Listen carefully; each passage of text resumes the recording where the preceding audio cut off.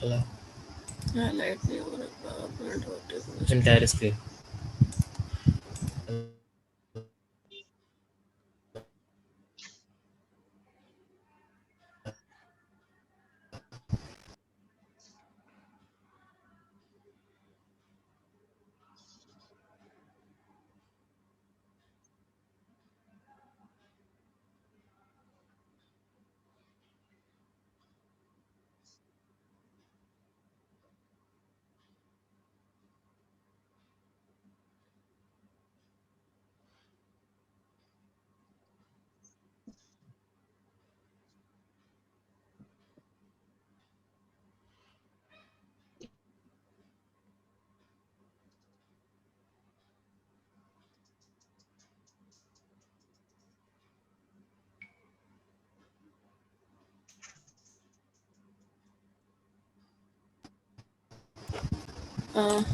Presentation page दिख रहा है क्या सबको?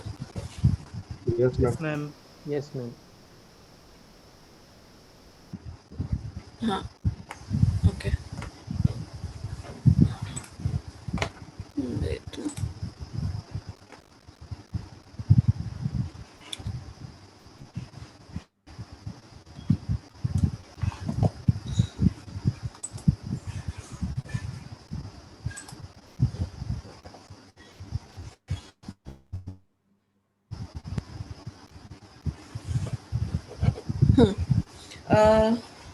Good morning all of you. कुछ दिन पहले, शायद परसों, ये सेशन कंडक्ट किया गया था श्वास का, तो रिमेनिंग पार्ट में कंडक्ट करूँगी। वैसे क्लास तो 3 बजे थी, तो पर थोड़ा सा मेरा कुछ प्रॉब्लम आ गया है, इसलिए मैं क्लास 3 बजे ना कंडक्ट करके अभी मैं सेशन कंप्लीट कर दूँगी, ठीक है? सबको विजिबल है ना स्क्रीन? Yes ma'am. हाँ, तो हमारे रिमेनिंग टॉपिक्स जो थे वो silica analyser, phosphate analyser, sodium और आपका कंडक्टिविटी, ये 4 टॉपिक, और टर्बिडिटी, ये टॉपिक्स हमारे बचे हुए थे। तो ये एनालाइजर पार्ट है, थोड़ा सा डिफिकल्ट पार्ट है, तो उसको अलग सेशन में कंसिडर करने का मैं सोची थी। तो पहले स्टार्ट करते हैं सिलिका एनालाइजर से। तो सिलिका आप लोग को पता ही होगा कि what is silica. Silica is mainly the sand और clay, we can say sand और क्ले, ठीक है? और वो क्या होता है कि if low pressure and low temperature में वो उतना ज़्यादा हार्मफुल नहीं रहता, but when it comes to the high temperature and high pressure वो बहुत ज़्यादा हार्मफुल हो जाते हैं। सिलिका, सोडियम, ये सारी चीज़ें जो है वो high temperature and high pressure पे बहुत ज़्यादा डेंजरस हो जाते हैं, और उस टाइम पे उनको रिमूव करना बहुत मुश्किल होता है। इसलिए हम ट्राई करते हैं कि पहले ही उसको रिमूव कर दें। अब सिलिका रिमूव कहाँ से होता है? वो only the one way to remove the silica is in DM plant via MB, mix bed और एसबीए, स्ट्रॉन्ग बेस एनायन, जो हमारे वेसल हैं, वो दो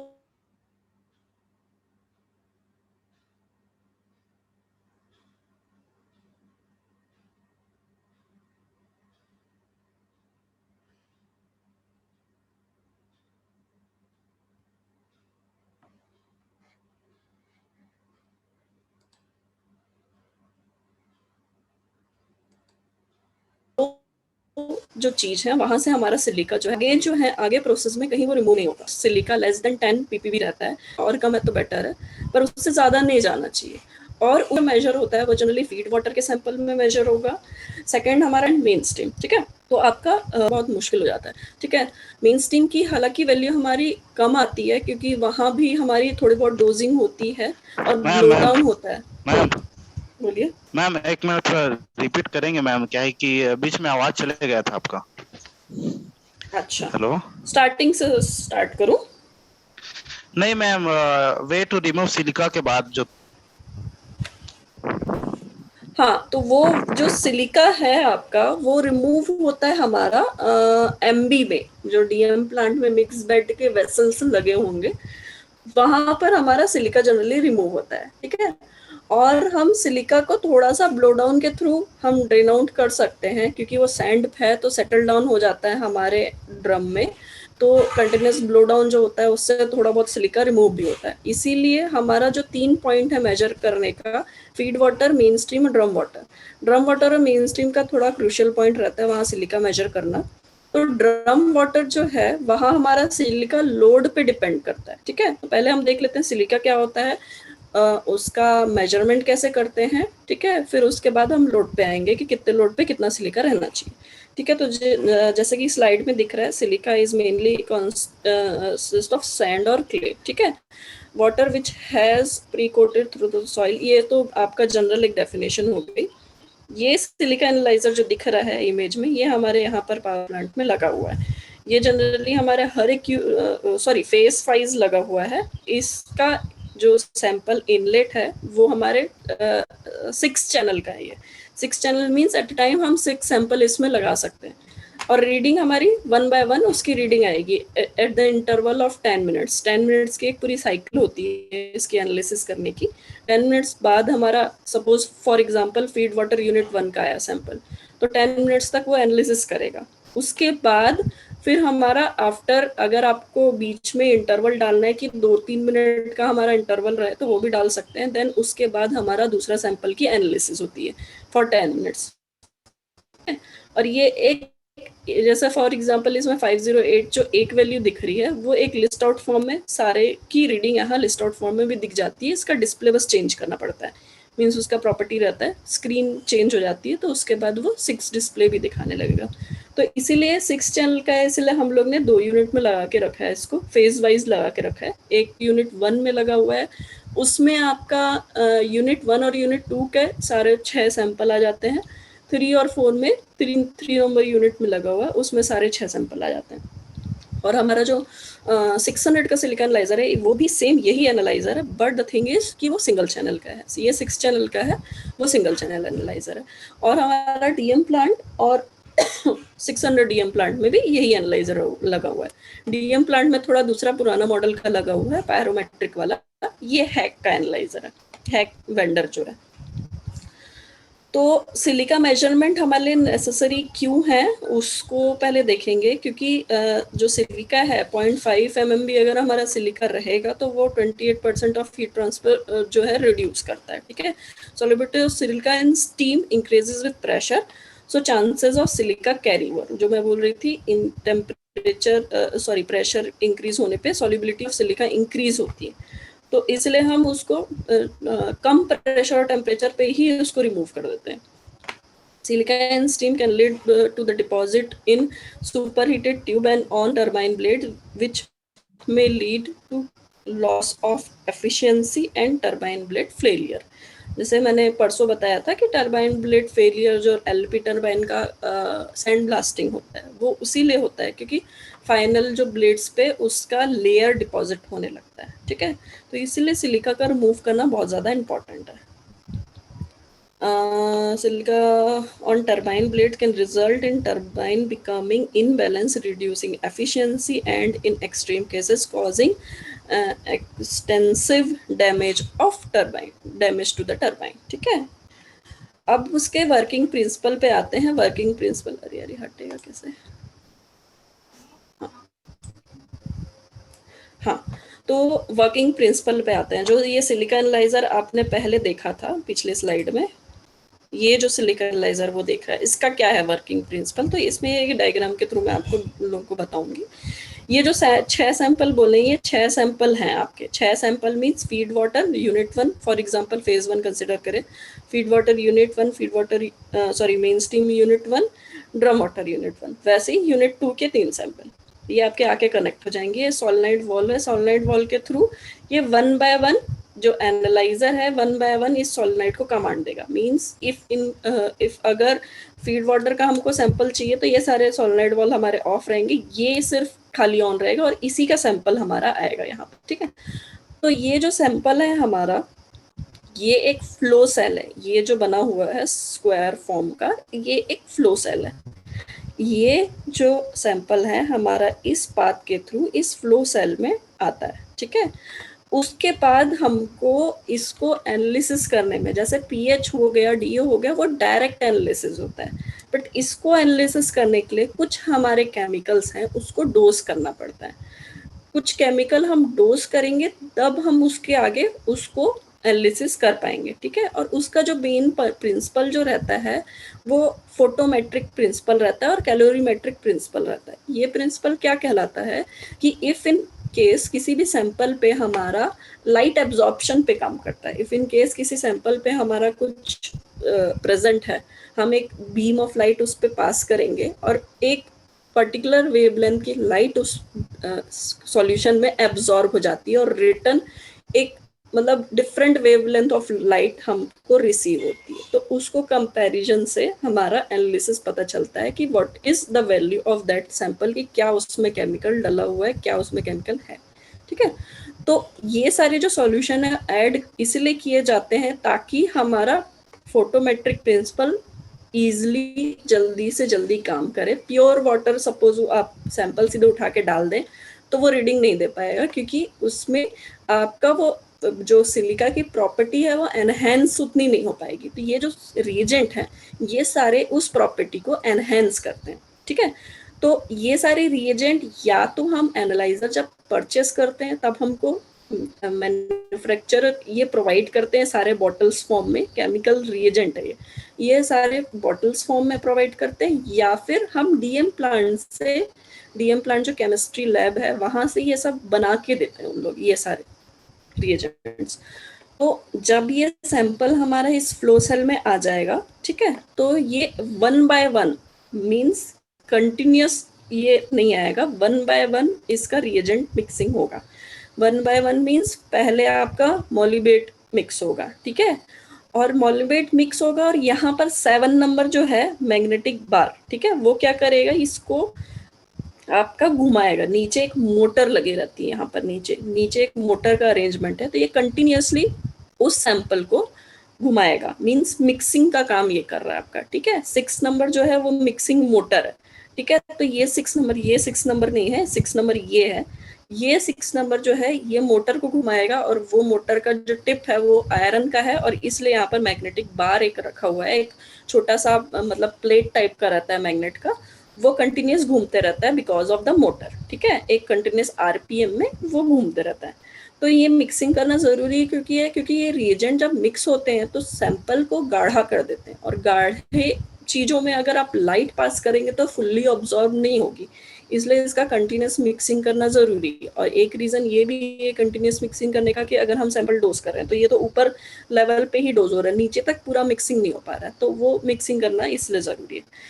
फॉर सम टाइम मोलिबेट मिक्स होता है, देन नाइट्रिक एसिड मिक्स होएगा, देन ऑक्सैलिक एसिड मिक्स होगा, देन ये फेरस सल्फेट मिक्स होगा, ठीक है। एक एक करके ये सारे 10 मिनट्स की जो मैंने साइकिल बताई है उस 10 मिनट्स में आपका स्टार्टिंग में तो फ्लशिंग होगा, इस चीज का सैंपल से ही फ्लशिंग होगा, ये सैंपल आएगा इसमें आके ये ड्रेन है, ड्रेन में आपका जाके गिरेगा, ठीक है, मीन्स धोता है इसको।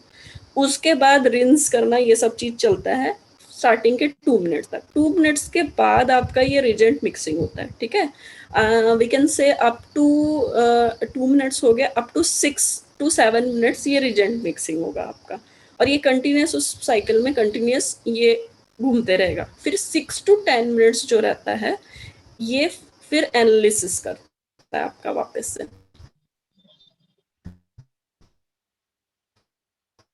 तो एनालिसिस में क्या होगा, ठीक है, ये एक फोटोमीटर है जो कि लाइट पास करता है, उसमें क्या रहता है, एक आप पर्टिकुलर वेवलेंथ की लाइट जाती है। सिलिका एनालाइजर के लिए अलग वेवलेंथ, अगर आपका हाई सिलिका एनालिसिस है तो उसके लिए भी अलग वेवलेंथ ऑफ लाइट होती है।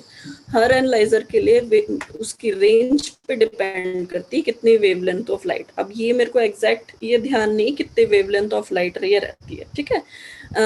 तो ये क्या करता है, यहाँ सामने पे एक मिरर अरेंजमेंट है, ठीक है।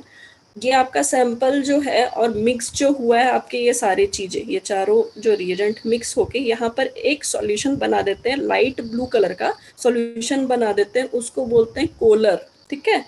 उसको कोलर एक टर्म दिया गया है, कोलर, कलर नहीं कोलर, ठीक है। तो वो क्या करता है, ये जब लाइट पास करता है एक particular, suppose for example 12 wavelength की लाइट पास किया, इसके पास एक रेफरेंस है 12 वेवलेंथ की लाइट पास किया, ठीक है। फिर ये जो जाता है ये सैंपल से हिट करते हुए मिरर से वापस रिफ्लेक्ट करके वापस आता है। तो यहीं पर एक ट्रांसमीटर लगा है, यहीं पर एक रिसीवर लगा है। ट्रांसमीटर 12 वेवलेंथ की लाइट पास किया, ड्यू टू इसमें सिलिका है, सिलिका एब्जॉर्ब मतलब कर लेता है कुछ हमारे वेवलेंथ ऑफ लाइट। तो फॉर एग्जांपल ये 6 की वापस आई, ठीक है। तो वो अपना कैलकुलेशन से, जो एनालाइजर पार्ट है वो अपना कैलकुलेशन से उस वेवलेंथ को माइनस करके जो उसके करस्पॉन्डिंग सिलिका रहता है वो आपका डिस्प्ले कर देता है। ये एक बेसिक प्रिंसिपल होता है, ठीक है। और दूसरा चीज ये है कि ओवरफ्लो टैंक, ये जो चीज दिया हुआ है ये जनरली मतलब कुछ नहीं, ये मतलब इन केस ऑफ ओवरफ्लो जो भी होता है उसके लिए आपका लगा हुआ है, ठीक है। तो the reagent R1M and R12 first added to the sample reagent pump, ठीक है, जैसे कि मैंने बताया। फिर उसके बाद silica contain in the sample then react with the मोलुबेट and form silico मोलुबिट complex. ये सब उसके केमिकल टर्म्स है, क्या क्या बनाता है, क्या क्या चीज मिक्स होने के बाद, ठीक है। The reaction will take up to 5 minutes. उसके बाद oxalic acid then added using the reagent pump 9, ठीक है। यहाँ पर एक पंप के थ्रू, ये जो पंप है ये सारे पंप अरेंजमेंट है, ये पंप के थ्रू एक एक करके मिक्स होते हैं, ठीक है, to avoid phosphate interference and the colour, ठीक है। The silico मोलुबेट complex is blue colour मोलुबेट complex means फेरासाइन, blue colour का जो आपका कोलर एक फॉर्म करता है, ठीक है। तो उससे ये मिक्स होके जो वेवलेंथ ऑफ लाइट को एब्जॉर्ब करके उसकी एनालिसिस करता है और उसको फिर वो ट्रांसमीटर जो है वो एनालाइज करता है। तो ये एक पूरा पैनल फॉर्म में ही होता है ये सारा। और जो उसका सैंपल मिक्सिंग हो रहा है वो पीछे साइड से 6 लाइन, इस साइड से इस साइड, लेफ्ट हैंड साइड अगर आप देखेंगे you can see 4 tubes are coming out of the analyzer and वहाँ हम सैंपल कनेक्ट कर देते हैं और इसके अंदर ही आपका, इसके नीचे साइड पे सोलेनाइड का पूरा आपका चैम्बर है कि सोलेनाइड कौन सा एक एक करके ऑफ होगा। 10 मिनट्स के बाद फिर दूसरा सैंपल आएगा आपका, तो ये बंद होके ये वाला ऑन हो जाएगा। ये प्रोसेस आपका बेसिक प्रोसेस है। अब इसको कैलिब्रेट करने का तरीका है हमारा actually drum water, main steam and feed water, ये 3 जगह एनालिसिस होती है। ड्रम वाटर का सिलिका हाई रहता है, लोड पे डिपेंड करता है कितना हमारा यूनिट का लोड चल रहा है। फॉर एग्जांपल 250 मेगावाट पे है तो सिलिका आपका कम रहेगा, कम मीन्स अराउंड 80 रहता है। और अगर आपका लोड कम है तो सिलिका ज़्यादा रहता है, इनवर्सली प्रोपोर्शनल। तो आपका 100 प्लस भी रह सकता है, ठीक है, अप टू 160 170 भी जा सकता है आपका, depend upon the load. Load जितना वेरी करेगा उतना सिलिका वेरी करता है, ठीक है। अब आपका मेन स्टीम का जो सिलिका रहता है वो लेस देन 10 रहता है और वो सारी यूनिट पीपीएम फॉर्म में, ठीक है। तो आपका लेस देन 10 रहता है मेन स्टीम का। फीड वाटर का भी आपका मेन स्टीम के बराबर ही रहता है, लेस देन 10 रहता है, ठीक है। और हमारा जो कैलिब्रेट करने का प्रोसीजर रहता है वो कैलिब्रेशन प्रोसीजर ये रहता है आपका, सिलिका जो 100 पीपीबी सॉल्यूशन से हम कैलिब्रेट करते हैं उसको, सॉरी पीपीएम में नहीं रहता, पीपीएम में सोडियम फॉस्फेट रहता है, सिलिका हमेशा पीपीबी में मेजर होता है, ठीक है। तो 100 पीपीबी के सॉल्यूशन से हम उसको कैलिब्रेट करते हैं। आप 200 से भी कैलिब्रेट कर सकते हैं, 300 से भी कैलिब्रेट कर सकते हैं, डिपेंड अपॉन द सिलिका जो आपके पावर प्लांट में कितना मैक्सिमम रीडिंग दिखा रहा है। हमारा 250 लोड पे जनरली 70-80 दिखाता है ड्रम वाटर का, इसलिए इसको 100 से कैलिब्रेट करते हैं कि 100, 110, 120 तक वो अगर दिखा रहा है तो 100 से हम कैलिब्रेट कर सकते हैं। You can calibrate with 1 ppm solution, पर 1 ppm आपकी हायर यूनिट है कंपेयर टू पीपीबी। तो वो हायर यूनिट से अगर आप कैलिब्रेट करेंगे और आपका बहुत लो में वो चल रहा है आपका सिलिका, तो रीडिंग जो है, एक्चुअल रीडिंग है वो गड़बड़ाएगी आपकी। इसलिए हम जनरली प्रिफर करते हैं कि जितनी मैक्सिमम वैल्यू है उसकी, उस रेंज पे उसको कैलिब्रेट किया जाए, ठीक है। तो इसको 100 पीपीबी सॉल्यूशन से कैलिब्रेट करते हैं, वो भी सिंपल एक कैलिब्रेशन का प्रोसीजर है। यहाँ पर एक जो आपके येलो कलर का जो बॉटल, वो है स्टैंडर्ड का बॉटल, ठीक है। ये वाला जो एनालाइजर है इसमें सिर्फ 3 ही रिएजेंट है, मैंने जो बताया उसमें 4 रिएजेंट है, R1N एंड R1A, ठीक है। तो ये जो R1N एंड R1A जो है वो दोनों एक ही बॉटल में मिक्स होके आते हैं, ठीक है। बाकी 2 बॉटल R2 और R3 है, ठीक है। उसके बाद जो ये है ये स्टैंडर्ड सॉल्यूशन का बॉटल है। तो इसका एक प्रोसीजर रहता है कैलिब्रेशन में, आप उसको मैनुअल कैलिब्रेशन में डाल सकते हैं या तो ऑटो कैलिब्रेशन में डाल सकते हैं। ऑटो कैलिब्रेशन में एक फिक्स टाइम के बाद वो ऑटोमेटिकली ये सैंपल लेगा, ठीक है, 100 पीपीबी का जो सॉल्यूशन है उसको लेगा और उसको कैलिब्रेट करेगा। तो तो वो कैलिब्रेट करके एक कर्व फॉर्म कर देता है कि हाँ ये कर्व है आपका, और 100 पे वो एक अपनी रीडिंग बताएगा कि आपने 100 सॉल्यूशन से कैलिब्रेट किया, देन रीडिंग कितनी आ रही है, 90 आ रही है, 100 आ रही है, 110 आ रही है, उससे ज़्यादा भी आ सकती है, उससे कम भी आ सकती है। इफ़ इन केस आपकी 100 पीपीबी पे 100 पीपीबी वैल्यू नहीं आ रही है, वो ±30 का मार्जिन लेके चलते हैं, ठीक है। एनालाइजर खुद लेके चलता है, हम नहीं लेते हैं, वो एनालाइजर ही लेता है मार्जिन। और ±30 से कम ज़्यादा अगर हुआ तो वो जो एनालाइजर है वो कैलिब्रेशन एरर शो कर देता है कि ये कैलिब्रेशन एरर है, आप फिर से कैलिब्रेट करें। तो या तो कुछ प्रॉपर मिक्सिंग नहीं हो रही है, क्योंकि कैलिब्रेशन के टाइम पे भी ये सारे रिएजेंट मिक्स होते हैं, तो या तो वो पंप जो है वो चोक हो चुके हैं, ये जो पंप लगे हुए हैं वो चोकिंग हो चुकी है, इसलिए सारे जो आपके सैंपल सारे आपके रिएजेंट प्रॉपरली मिक्स नहीं हो पा रहे हैं, इसलिए वो एरर दे रहा है। तो ये एक रीज़न हो सकता है। तो फिर जब कैलिब्रेशन एरर आता है तो हम उस बेसिस पे परफॉर्म करते हैं कि क्या करना है। रिएजेंट पहले चेक करते हैं कि रिएजेंट प्रॉपर आ रहा है कि नहीं, सैंपल चेक करते हैं सैंपल प्रॉपर आ रहा है कि नहीं, फिर ये मैग्नेटिक जो ब्लॉक है वो उसको चेक किया जाता है कि ये प्रॉपर चल रहा है कि नहीं, लाइट को चेक किया जाता है, ये सारी चीज़ें चेक करते हैं इफ़ इन केस आपके 100 से ±30 के रेंज में अगर हो रहा है तो। फिर जैसे मैंने बताया boiler drum pressure versus silica का जो कर्व रहता है, देखिए जैसे ये आपका 170, जब आपका बॉयलर का लोड है, आपका प्रेशर जो है 170 के अक्रॉस जा रहा है, तो आपकी सिलिका वैल्यू कम आ रही है, ठीक है। पीएच पे भी डिपेंड करता है, पीएच अगर ज़्यादा है तो थ्योरी वैल्यू ज़्यादा आएगी आपकी, पीएच अगर कम है तो आपका कम। तो कम लोड पे आपका सिलिका वैल्यू ज़्यादा रहता है। और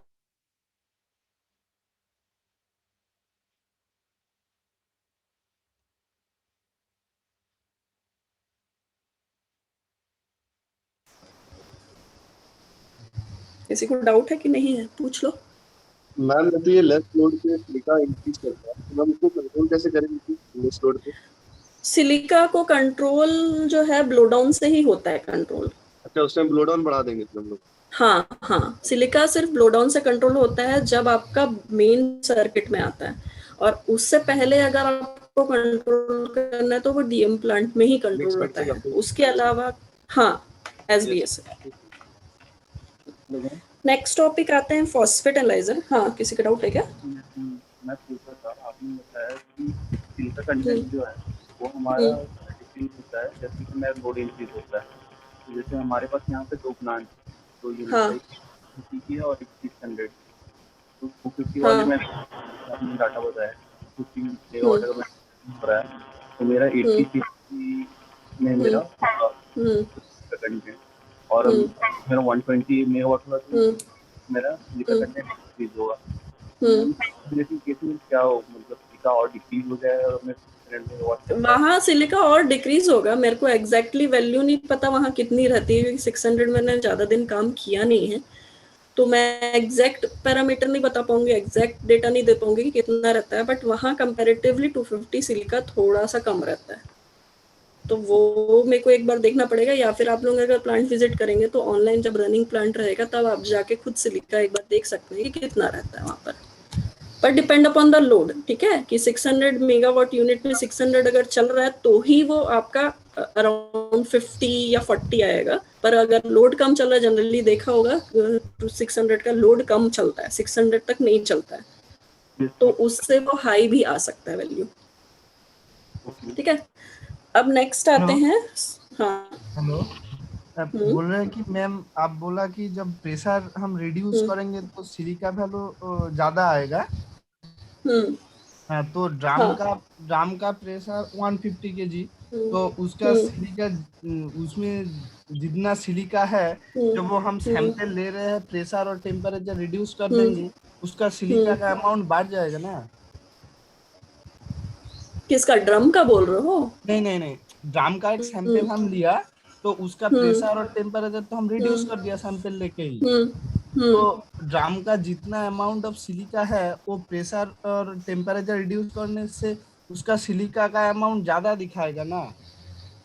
नहीं, ज्यादा नहीं दिखाता है एक्चुअली, वो फिजिकली जो सिलिका प्रेजेंट है, ठीक है, वो लोड पे डिपेंड करता है, मेगावाट। वो प्रेशर, वो कर्व पे जो दिया हुआ था, वो प्रेशर एक्चुअल में लिखा हुआ था, पर वो लोड पे डिपेंड करता है, मेगावाट यूनिट पे, ठीक है।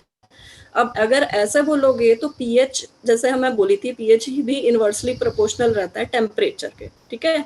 तो अगर हम टेम्परेचर उसका कम कर देते हैं तो पीएच हमारा बढ़ जाना चाहिए, वही तो ठीक बोल है। रहा हूँ सर, बढ़ तो जाना वो चाहिए। फिजिकली जो प्रेजेंट है वो नहीं, वो आपका वो क्लोज केमिस्ट्री है, ठीक है। अगर आप किसी अदर चीजों से वो कांटेक्ट में आएगा तब आपका कम या ज्यादा हो सकता है, पर वो एनालिसिस जब होती है तो वो वैल्यू कम नहीं होती। ये इवन ये प्रोसीजर डीएम प्लांट वाले भी करते हैं कि वो कम करते हैं उसके टेम्परेचर को, फिर वो एनालिसिस होती है। तो फिजिकली जो आपके 1 ml वाटर में जो पीएच प्रेजेंट है वो ही उतना ही पीएच रहेगा, ठीक है।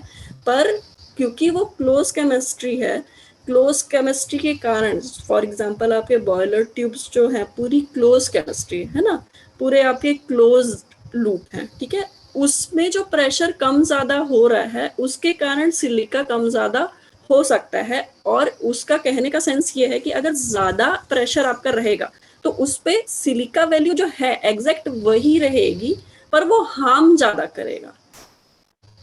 फॉर एग्जाम्पल आपका बॉयलर ट्यूब जो है आपका, suppose for example 100 kg pressure चल रहा है, ठीक है, और आपका सिलिका 80 है, तो आपका 200 kg प्रेशर भी चले जाएगा तो सिलिका उतना ही रहेगा जो आपका सिलिका लेवल है, ठीक है। बट अगर वो स्टीम फॉर्म में जाएगा तो वो हार्म ज्यादा करेगा, अगर वो 80 ppb या सिलिका जो भी आपका है, ठीक है। इसलिए उसको पहले ही रिड्यूस कर दिया जाता है, कम कर दिया जाता है। वो लोड पे वेरी करता है, लोड पे, क्योंकि ब्लो डाउन मेरे को एग्जैक्ट पावर प्लांट का, सॉरी बॉयलर का एग्जैक्ट मेरे को नॉलेज नहीं है कि ब्लो डाउन से कितना सिलिका रिमूव होता है और क्या सिलिका रिमूव होता है, कैसे होता है और किस हिसाब से ब्लो डाउन किया जाता है। पर जो आपके हाई प्रेशर पे जब जाता है तो वो सिलिका जो है वो एग्जैक्ट उतना ही रहेगा, पर अगर आपका सिलिका कंटेंट ज्यादा हो गया उसमें, अगर पहले ही एमबी से आपका नहीं हटाया गया उसको, तो वो ज्यादा रिफ्लेक्ट करके आएगा। वो है उसका कहने का सेंस। ठीक है मैम, समझ गया। अब वही एक दूसरा टॉपिक है, सेम सिलिका एनालाइजर के जैसे ही काम करता है फॉस्फेट एनालाइजर। एनालाइजर पार्ट दोनों सेम है, वैसे ही है, बस उसमें रिएजेंट अलग होते हैं, ठीक है। अब फॉस्फेट को क्यों यूज करते हैं हम? फॉस्फेट को जनरली यूज इसलिए किया जाता है कि हमारा पीएच जो है उसको एक लेवल तक ला पाए, ठीक है। तो इसमें जो फॉस्फेट है, बेसिक जो फॉस्फेट है उसका एक डेफिनेशन दिया हुआ है। The phosphate is an inorganic chemical, is a salt of phosphoric acid, ठीक है।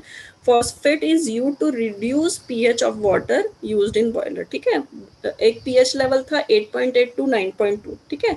वो 8.8 टू 9.2 को लेवल को मेंटेन करने के लिए फॉस्फेट रहता है। और फॉस्फेट डोजिंग जनरली आप 0 मीटर में जाएंगे तो सिलिका श्वास जो रूम है उसके जस्ट बाजू में LP dosing and HP dosing pump है, वहां से फॉस्फेट डोजिंग होती है आपकी बॉयलर ड्रम में, ठीक है।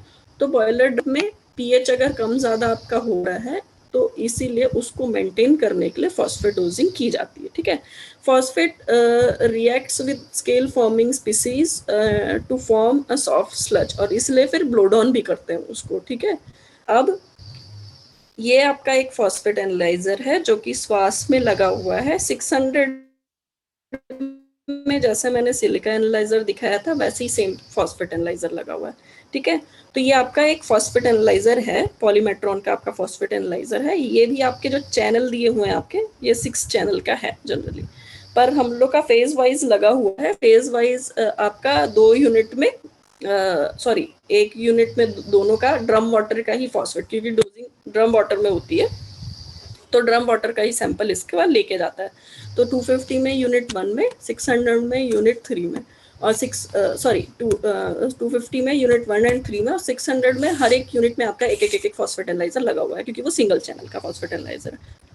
फिर आपका फॉस्फेट मेजरमेंट जरूरी है। फॉस्फेट मेजरमेंट जरूरी इसलिए, जनरली फॉस्फेट जो यूज होता है, ठीक है, पीएच को कंट्रोल करने के लिए यूज होता है, ठीक है। अब to provide safe alkaline environment in the boiler, ठीक है। Too much phosphate can cause a carry over in the steam, carry over हो सकता है आपका फॉस्फेट, जो कि स्टीम में कैरी ओवर होगा तो हार्म करेगा, सेपरेटेड ट्यूब रिएटर ट्यूब को हार्म कर सकता है। और टू लिटिल फॉस्फेट, अगर कम फॉस्फेट डोजिंग की जाती है तो वो एसिडिक फॉर्म कर सकता है, क्योंकि आपका लेवल जो है वो ट्रेंड टू डिक्रीजिंग साइड में चला जाता है पीएच। तो अगर आपका और ज़्यादा आगे जाएगा तो वो मिक्सिंग के कारण आपकी बॉयलर ट्यूब से कुछ, अगर आपका कुछ करोजन पार्ट या फिर कुछ निकल के आ रहा है, वो मिक्सिंग हो रही है, जिसके कारण पीएच रिड्यूस होता है। पीएच रिड्यूस हो गया तो आपका एसिडिक फॉर्म में आएगा। तो इसलिए एक पीएच लेवल पे ड्रम वाटर के पीएच को देख के ऑफलाइन केमिस्ट्री वाले वो पीएच वैल्यू को देख के उनको फॉस्फेट डोजिंग का कंट्रोल रूम को बोलते हैं कि आप फॉस्फेट डोजिंग इंक्रीज कर दीजिए या डिक्रीज कर दीजिए या बंद कर दीजिए, वो उस पर डिपेंड करता है। तो प्रोसेस वही है जो कि सिलिका एनालाइजर का है, इसलिए डायग्राम वही है, ठीक है, 6 चैनल का। और ये हमारा जनरली 6 चैनल का ही है, 600 में सिंगल चैनल का एनालाइजर है, वही है, सॉलिड है, at a time 1 sample on रहेगा, डिस्प्ले आपका एक आएगा, और सेम डिस्प्ले में आप दोनों यूनिट का भी देख सकते हैं, ऐसा उसमें डिस्प्ले दिया हुआ है। तो उसमें जो रिएजेंट यूज होते हैं वो ये 2 रिएजेंट यूज होते हैं, सोडियम मॉलिबेट और अमोनियम मेटावेनेडेट, ठीक है। ये 2 आपके रिएजेंट 1 बाय 1 इसमें होते हैं मिक्स, ठीक है। और ये येलो कलर का मिक्सचर फॉर्म करता है, ठीक है, ये एक येलो कलर का मिक्सचर ये फॉर्म करेगा, येलो, ठीक है। और उसके बाद ये मिक्स होके वही एनालिसिस होती है 12 फोटोमीटर के थ्रू, ये लाइट पास करता है, एक पर्टिकुलर वेवलेंथ का एब्जॉर्ब होगा, बाकी आपका सेंड कर देगा, उन दोनों के डिफरेंस को एनालाइज करके ये फॉस्फेट की रीडिंग वो करता है, डिस्प्ले करता है, ठीक है। और आपके ड्रम वाटर में जनरली फॉस्फेट की वैल्यू 0.8 ppb, ठीक है, 0.8 नहीं, सॉरी 0.8 ppm, ठीक है, या 1 ppm तक भी जा सकती है फॉस्फेट। जितनी ज़्यादा डोजिंग करेंगे उतनी ज़्यादा आपकी ppm में वैल्यू दिखाएगी। तो आपका इसीलिए इसको कैलिब्रेशन करने का जो सॉल्यूशन रहता है वो 1 ppm सॉल्यूशन से होता है, जो कि आपका या तो डीएम प्लांट वाले प्रोवाइड करते हैं, या तो जो फॉस्फेट एनालाइजर हमको दिया हुआ है, सेल किया हुआ है, उससे हम 1 ppm का स्टैंडर्ड सॉल्यूशन ले सकते हैं। अब ये जो स्टैंडर्ड सॉल्यूशन आते हैं इनकी भी एक लाइफ रहती है, कोई भी आप इलेक्ट्रोलाइट लेंगे या कोई भी स्टैंडर्ड सॉल्यूशन, कोई भी रिएजेंट लेंगे तो उसकी भी एक सेल्फ लाइफ रहती है। एक तो मैन्युफैक्चरर दिया रहता है कि अप टू दिस पीरियड आप यूज कर सकते हैं, या फिर जनरली जो 1 साल से ज्यादा या 2 साल से ज्यादा का हम सॉल्यूशन नहीं रख सकते कि वो गलत रीडिंग आपकी प्रोवाइड करेगा। तो यहाँ पर एक स्टैंडर्ड सॉल्यूशन का बॉक्स भी रहता है पीछे पे, तो वो कंटिन्यूस आप ऑटोमेटिक कैलिब्रेशन भी कर सकते हैं एक पर्टिकुलर टाइम इंटरवल के बाद। अगर आप नहीं चाहते कंटिन्यूस कैलिब्रेशन करना तो मैनुअल कैलिब्रेशन भी कर सकते हैं, depend upon the calibration cycle which you have decided, whether it will in 6 months or 1 year, depend upon मतलब डिपेंड ऑन द एनालिसिस, आप कैसे एनालिसिस कर रहे हैं, आपकी रीडिंग कब खराब आ सकती, कब डिटोरिएट हो सकती है, उस बेसिस पे। तो यहाँ तक किसी को डाउट है फॉस्फेट तक? मैम ये जो फॉस्फेट रिमूव, हेलो, हाँ मैम ये जो फॉस्फेट जो स्केल सिलिका स्केल को जो फॉर्म कर रहा है उसको फॉर्म में रिमूव कर रहा है मैम, वो तो हम लोग आईबीडी के थ्रू रिमूव करेंगे ना CBD continuous blow down ma'am, but स्लस तो ये हैवी होगा तो वो डाउन मतलब नहीं, अच्छा वो ऊपर ही फॉर्म करके रहेगा। नेक्स्ट हमारा जो टॉपिक है वो है कंडक्टिविटी मीटर, ठीक है। कंडक्टिविटी मीटर भी एक क्रूशियल टॉपिक है हमारे वाटर केमिस्ट्री के लिए। इफ अगर आपका वाटर कंडक्टिंग है मीन्स उसमें इलेक्ट्रिक चार्ज कैरी ओवर हो सकते हैं, तो हम जनरली क्या करते हैं, वाटर को कंडक्टिंग ना रख के हम उसको लेस करते हैं कंडक्टिंग, ठीक है। तो बेसिक टर्मिनोलॉजी है कंडक्टिविटी। कंडक्टिविटी आप बेसिक समझ सकते हैं। रेजिस्टिविटी क्या होती है आपकी, रेजिस्टेंस क्या होता है, करंट को रेजिस्ट करने की प्रॉपर्टी को रेजिस्टेंस बोलते हैं, ठीक है। तो उसी का रेसिप्रोकल है कंडक्टिविटी, ठीक है। तो क्या है कि conductivity is electric conductivity is a measure of ability of solution to carry current, ठीक है। रेजिस्टिविटी क्या करता है, रेजिस्ट करता है करंट को, वही उसके रेसिप्रोकल है कंडक्टिविटी, ठीक है। In water ions are responsible for conductivity, ठीक है। जनरली आयंस जो रहते हैं, ions like sodium chloride, magnesium sulphate, acid like hydrochloric acid, ठीक है, base like sodium hydroxide, ammonia, ये सब चीजें जो हैं वाटर में चार्ज जो है वाटर में मिक्स फॉर्म में रहती है, NaCl मिक्स्ड फॉर्म में रहता है N+Cl-, तो ये सारे जो हैं जो वाटर में चार्ज जो है वो कैरी करते हैं, ठीक है। जनरली वाटर तो आपका H2O का मतलब कॉम्बिनेशन रहता है, पर ये जो चार्ज है जनरली ये आपके कंडक्ट करते हैं करंट, ठीक है। तो उसको रिमूव करने के लिए जनरली डीएम प्लांट में ही प्रोसेस है जो कि रिमूव होता है कंडक्टिविटी। बॉयलर एरिया में शायद नहीं उसको रिमूव किया जा सकता है, मेनली डीएम प्लांट में ही कंडक्टिविटी जो आपका मिक्स बेड, फिर SBAW, ये सब से जो है धीरे धीरे कंडक्टिविटी हमारी मिनिमाइज होती है, ठीक है। Conductivity is an important parameter to detect any contamination in steam or boiler circuit. Conductivity of pure water is almost 0.055 microsiemens. Microsiemens में उसको मेजर करते हैं, बहुत कम फॉर्म में मेजर करते हैं, ठीक है। Ingress of any kind of dissolved impurity will raise the conductivity intensely, ठीक है। और कंडक्टिविटी हर एक पॉइंट में हर एक सैंपल में प्रेजेंट है, या तो वो स्पेसिफिक कंडक्टिविटी के फॉर्म में मेजर होती है या तो वो कैटायन कंडक्टिविटी फॉर्म में मेजर होती है। कैटायन कंडक्टिविटी को मैं आगे बताऊंगी क्या होता है, अभी ये स्पेसिफिक कंडक्टिविटी देखते हैं, ठीक है।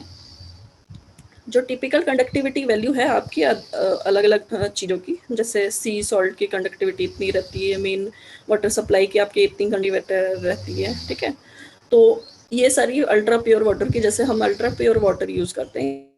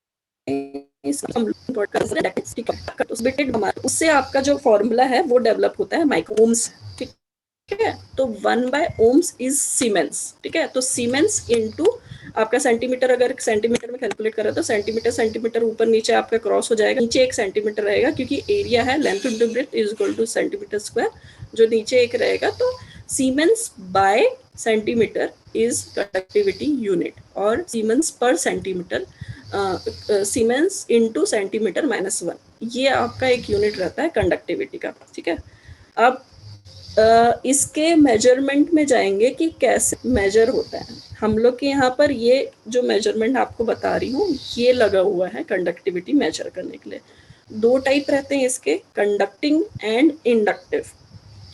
2 टाइप से कंडक्टिविटी मेजर करते हैं, 2 टाइप के सेंसर आते हैं, ठीक है। तो हम लोग जनरली ये वाला लगा के रखते हैं, कंडक्टिंग वाला, ठीक है। तो ये प्लेटिनम की रहेगी या तो SS की रहेंगी, ये 2 प्लेट्स, ठीक है। अब उसमें आपका क्या होता है, एक हम एसी वोल्टेज प्रोवाइड करेंगे, ठीक है। एसी वोल्टेज प्रोवाइड करेंगे तो एक साइकिल साइनसोइडल वोल्टेज अगर हम प्रोवाइड करेंगे तो एट अ टाइम कभी ये पॉजिटिव होगा, कभी ये पॉजिटिव होगा, ठीक है। तो उसके कारण जो चार्ज हैं हमारे, वो इधर उधर आपके मूव होंगे। जो मूव होने के कारण ये एक वोल्टेज डेवलप करेंगे, वो इस एम्पीरियोमीटर से हम इसको डिटेक्ट कर लेंगे, ठीक है। और ये डिटेक्ट जो होगा, ये कंडक्टिविटी है आपकी, वो आपका डिस्प्ले करेगा माइक्रोसीमेंस के फॉर्म में, ठीक है। तो consist of to metal usually stainless steel और टाइटेनियम, ठीक है। टाइटेनियम, शायद मैंने प्लेटिनम बोला था, टाइटेनियम यूज होता है, ठीक है। In contact with solution, electric field cause the ion to move back and fourth processing the ion current, ठीक है। आयन करंट इसके कारण डेवलप होगा। The analyser major resistance, the conductivity is the multiplication of conductance and cell constant, ठीक है। तो इसीलिए आपका जब लो कंडक्टिविटी मेजर करना है तो इसके बीच का सेल कांस्टेंट कम कर दिया जाता है। सेल कांस्टेंट मतलब डिस्टेंस कम किया जाता है, कम सेल कांस्टेंट हम यूज करते हैं जनरली, या छोटा हम जो उसकी ब्लेड्स रहती हैं छोटी, इलेक्ट्रोड रहता है, छोटा यूज करते हैं। तो ये टाइप का हमारा जो है वो यूज होता है। अब इसको क्रॉस वेरीफाई करने का तरीका क्या है कि हमारा कंडक्टिविटी सेंसर जो है वो सही काम कर रहा है कि नहीं। तो ये पूरा अरेंजमेंट को, ये तो सैंपल में डिप्ड है, इस पूरे अरेंजमेंट को निकाल के हम ओपन एयर में कर देंगे और साफ कर देंगे पूरा पानी को, तो वो जीरो, ऑलमोस्ट जीरो के तरफ कंडक्टिविटी दिखाने लगेगा। जनरली जो है ड्रम वाटर की कंडक्टिविटी बोलना चाहिए 7 to 8 माइक्रोसीमेंस रहती है, और आपकी 5 to 6 के रेंज में ही रहती है जनरली, ठीक है। ये 7 से 9-10 भी जा सकती है, ड्रम वाटर की थोड़ी ज़्यादा हो जाती है, मिक्सिंग ज़्यादा हो जाती है इसलिए। बाकी जो कंडक्टिविटी है 5 to 7 के रेंज में रहती है। पर अगर इसको पूरा क्लीन करके आप ओपन एयर में जब रखेंगे तो ये जीरो शो करने लगेगा, क्योंकि एयर आपका कंडक्टिव नहीं रहता बिल्कुल भी। तो ये जीरो वैल्यू शो कर रहा है, मीन्स हमारा सेंसर ओके। उसके अलावा इसको कैलिब्रेट करने का कोई तरीका नहीं है, सिर्फ ये इसी तरीके से कैलिब्रेट होता है। हाँ, एक स्टैंडर्ड सॉल्यूशन भी आता है 180 माइक्रो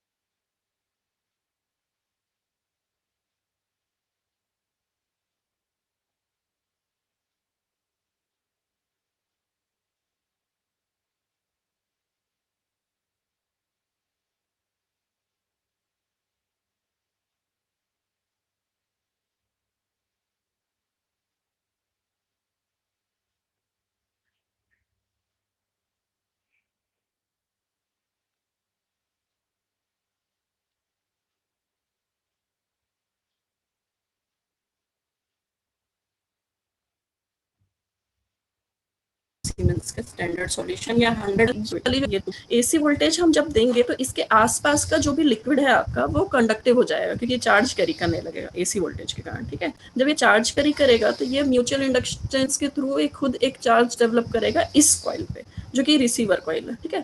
और इस कॉइल पे आपका जो भी एम्पीरीमीटर या फिर जो भी आपका एक लगा रहता है करंट मेजर करने के लिए, वो फिर आपका कंडक्टिव है, कितना कंडक्टिव है वो मेजर करता है, ठीक है। तो ये आपका कर्व है कि कम टेम्परेचर पर आपका कंडक्टिविटी कम रहता है, हायर टेम्परेचर कंडक्टिविटी ज़्यादा रहता है, जो कि मैंने ये बताया था माइक्रोसीमेंस पर सेंटीमीटर, ये इसकी यूनिट होती है कंडक्टिविटी की, ठीक है। कैटायन कंडक्टिविटी जाने से पहले मैं एक क्वेश्चन पूछूंगी कि इसमें एसी वोल्टेज ही क्यों प्रोवाइड करते हैं, हम डीसी वोल्टेज क्यों नहीं प्रोवाइड करते? किसी का क्वेश्चन नहीं आया है ये वाला शायद।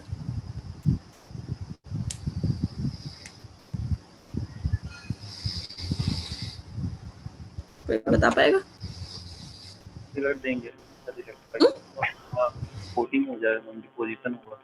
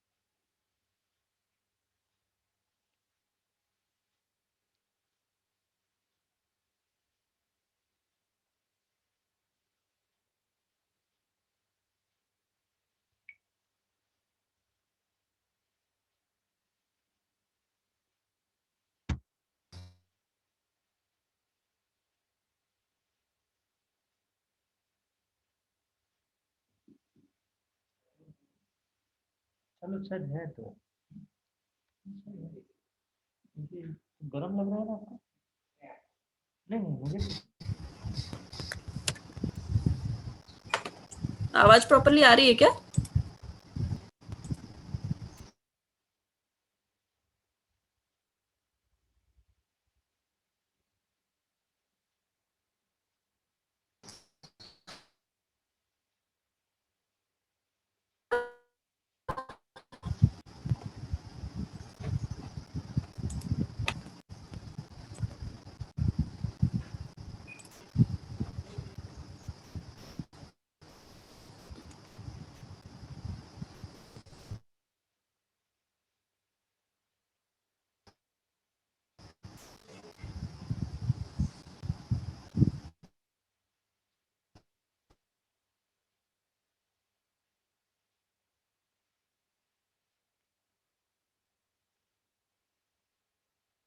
आ रही है क्या आवाज?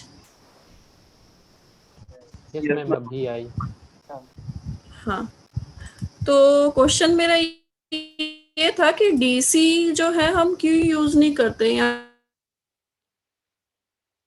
एसी मैंने हर जगह यूज किया। एसी इलेक्ट्रोलिसिस ना हो जाए सॉल्यूशन का।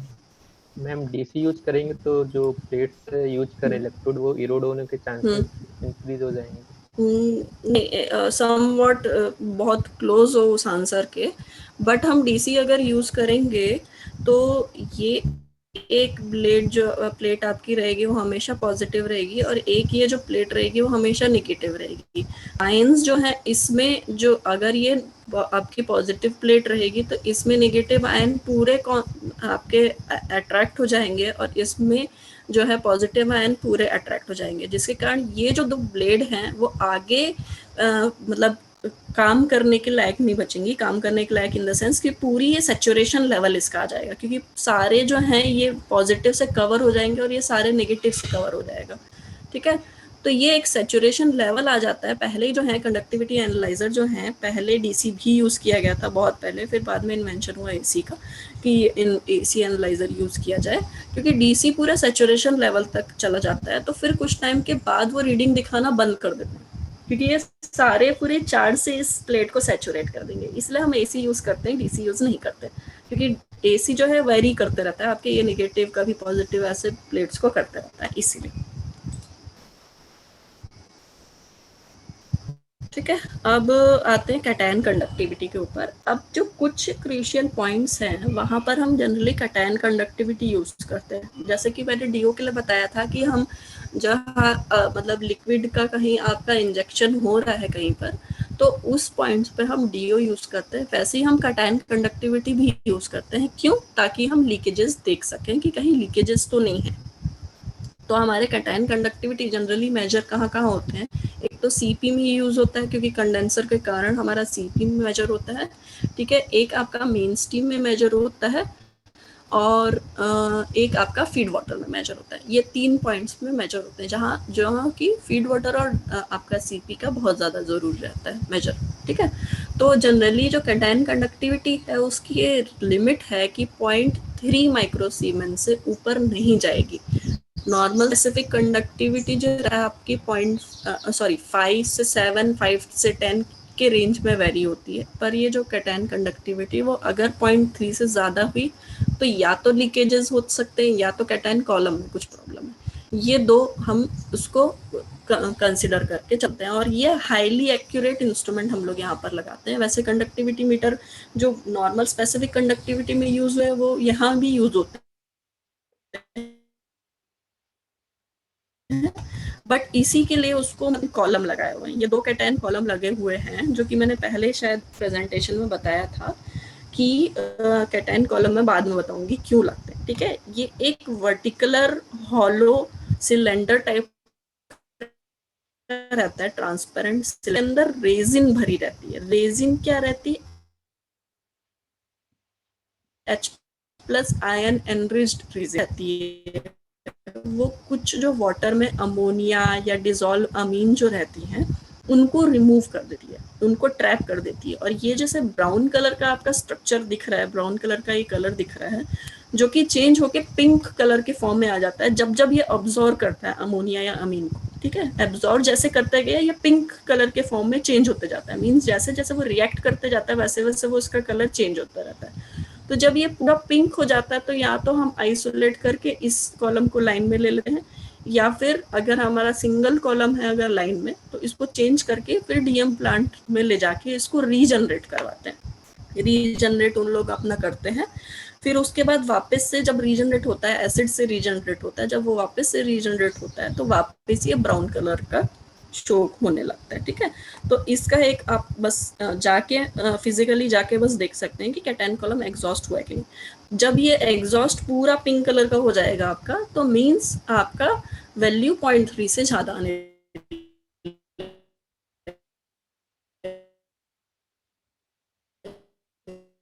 या फिर अगर आपका फॉरेन जो वाटर है, मीन CW का जो वाटर है वो उसमें ज्यादा इम्प्योरिटीज है, तो वो मतलब इसको जल्दी एग्जॉस्ट करेगा, प्लस आपकी रीडिंग स्लाइटली हाई रहेगी 0.3 से, ठीक है।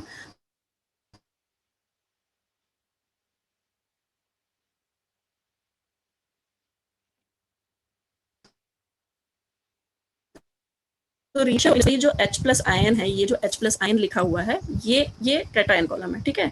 अब फॉर एग्जांपल आपके वाटर में NaCl है, ठीक है, तो अगर H+ आयन इस कैटायन कॉलम से जब निकल रहा है पानी, तो ये आपका HCl, ठीक है, और Na में कन्वर्ट होगा, ठीक है। अब Na हमारा एक हार्मफुल प्रोडक्ट है आपके उसके लिए, मतलब फर्दर के लिए, ठीक है। तो ये Na और NH4+ आयन की फिर कंडक्टिविटी दिखाता है, ठीक है। ये ड्रेन आउट हो जाता है आपका, और ये मेनली इनकी कंडक्टिविटी वो दिखाता है, और इनकी कंडक्टिविटी जनरली कम से कम रहनी चाहिए, 0.3 से कम ही रहनी चाहिए। अगर इन केस वो ज़्यादा रह रही है तो या हम कॉलम को ऐड करते हैं, चेंज करते हैं, या फिर हम उसमें देखते हैं कि आपका कहीं फॉरेन जो इनग्रेस तो नहीं हो रहा है, या तो लीकेजेस तो नहीं है कंडेंसर, ठीक है। तो ये एक बेसिक, मतलब ये जो है ये बहुत क्रिटिकल पैरामीटर है कैटायन कंडक्टिविटी, जो कि ऑफलाइन मेजरमेंट नहीं होता है कैटायन कंडक्टिविटी का, ऑनलाइन मेजरमेंट ही होता है, ठीक है। और पूरे डीएम प्लांट वाले इसी कंडक्टिविटी पे रिलाय करते हैं कंडेंसर लीकेज के लिए। नेक्स्ट आपका आता है सोडियम, ठीक है। तो सोडियम कहाँ से रिमूव होता है, सोडियम कोई बता पाएगा?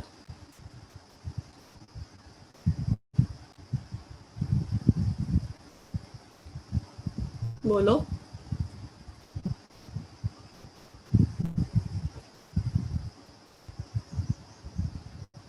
ऑडिबल हूँ कि नहीं हूँ?